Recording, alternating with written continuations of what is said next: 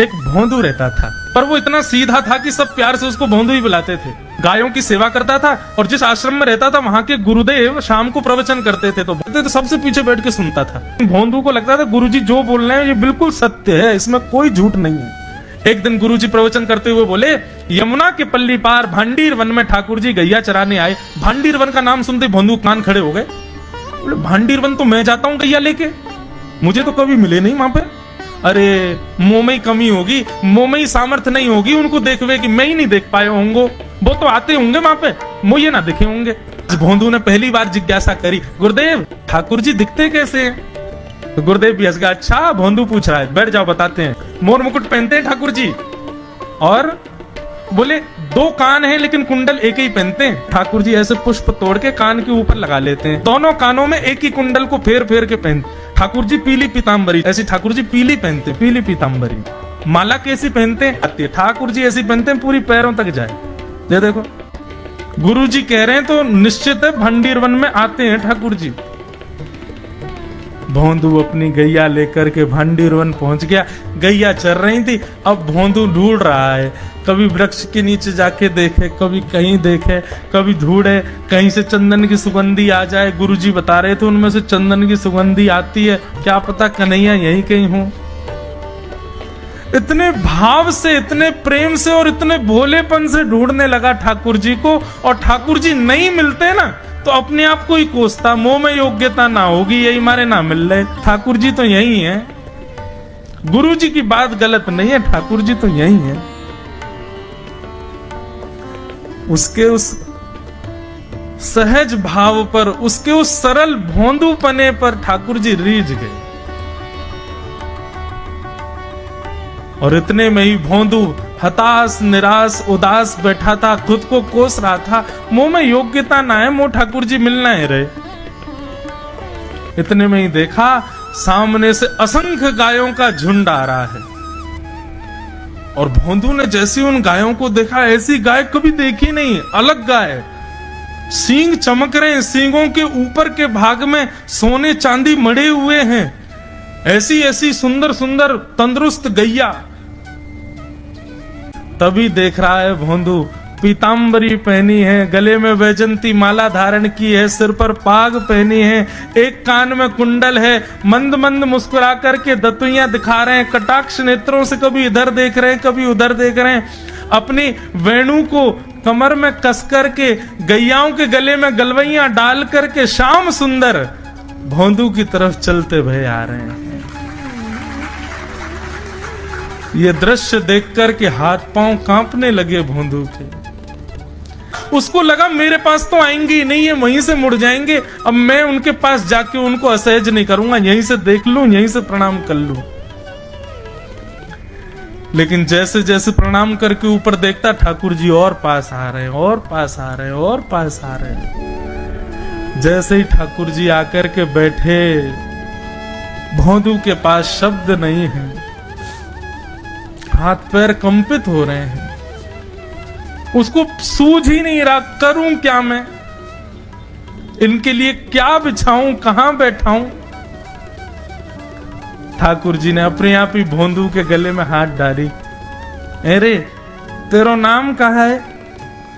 जैसे ही ठाकुर जी ने नाम पूछा, भोंदू अपना ही नाम भूल गया, बोले मुझे याद ही नहीं मेरा नाम क्या है, पर प्रेम से सब लोग मुझे भोंदू बुलाते हैं। अब तो भोंदू नाम सुनते ही ठाकुर जी ताली दे दे के हंसने लगे, तेरा नाम भोंदू है?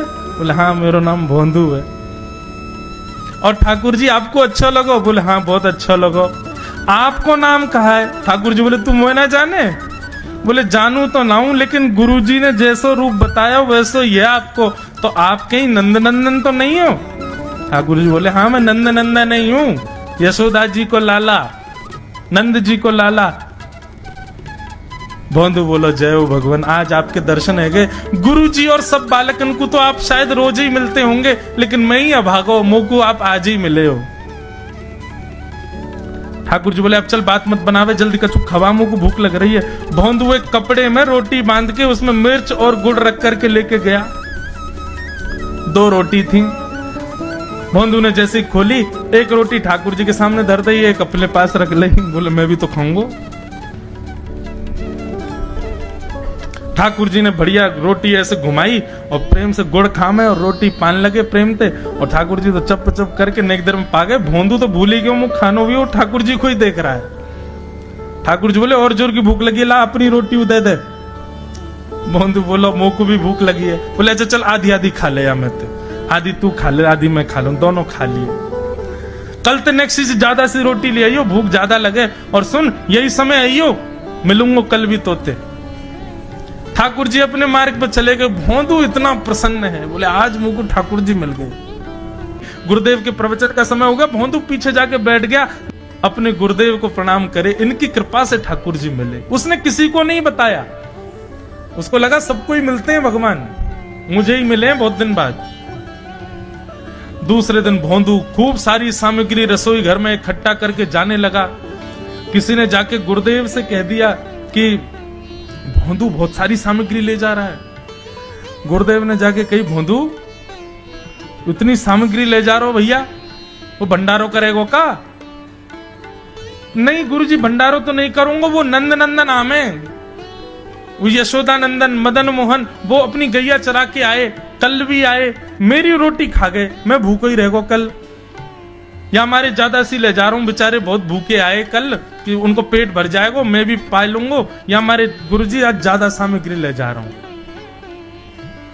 गुरुदेव ने मन में सोचा ये बात कोई और कहे तो अविश्वास किया जा सकता है, लेकिन भोंदू झूठ नहीं बोलता।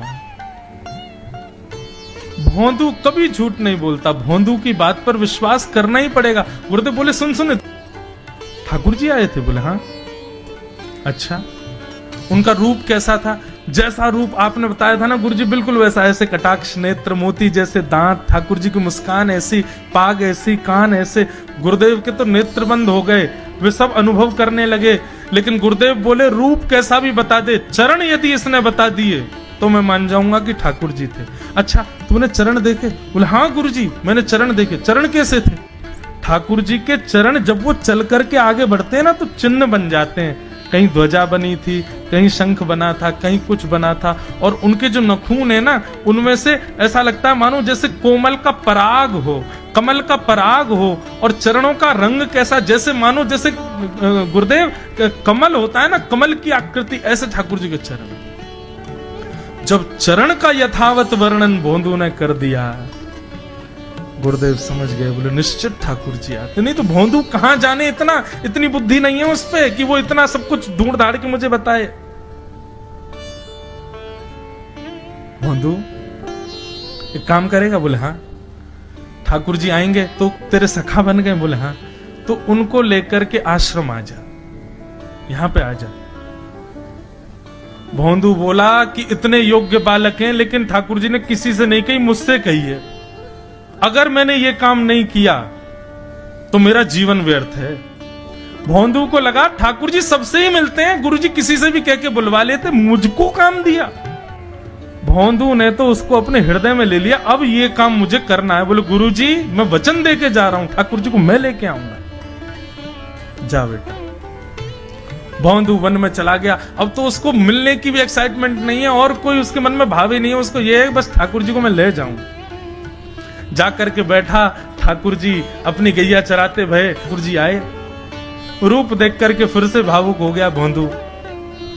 ठाकुर जी आकर के बैठ गए, बोले चल जल्दी निकाल रोटी, भूख लगी है मुंह को।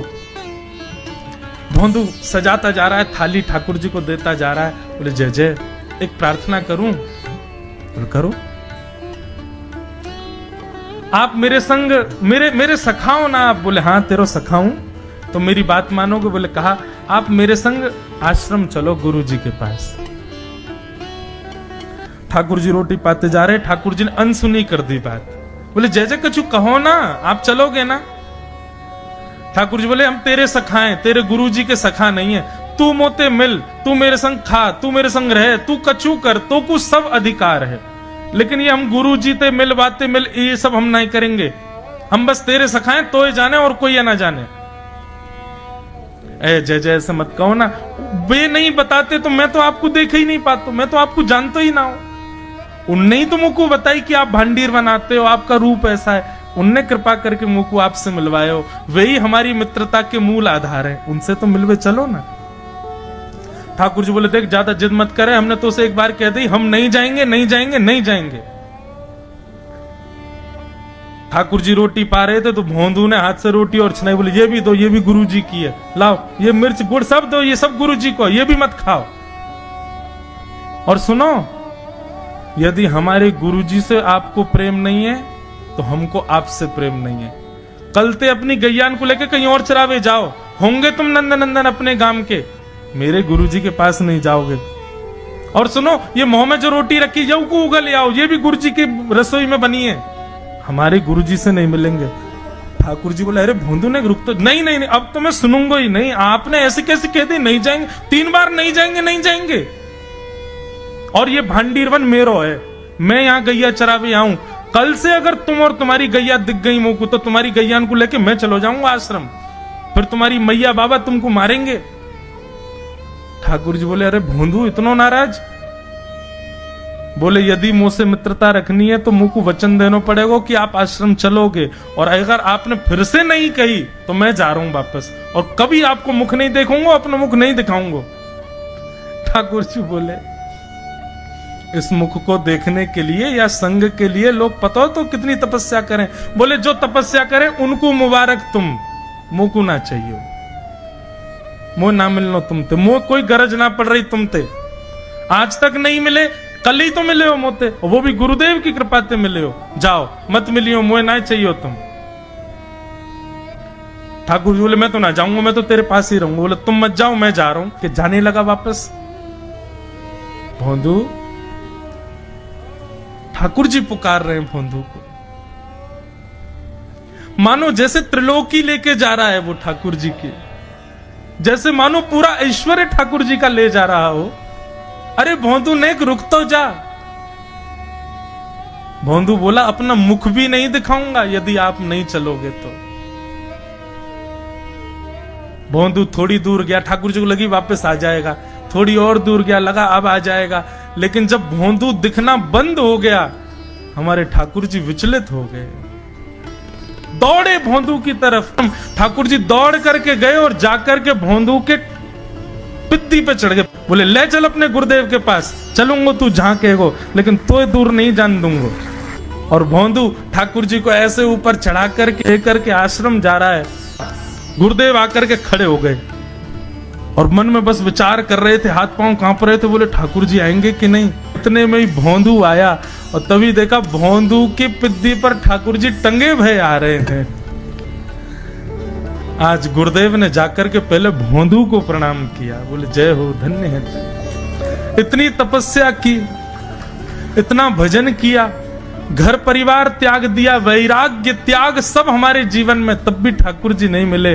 लेकिन वारे भोंदू, तेरी सरलता, तेरी सहजता, तेरा ये निर्मल भाव कि ठाकुर जी तेरे अधीन होके यहाँ आश्रम तक चले आए।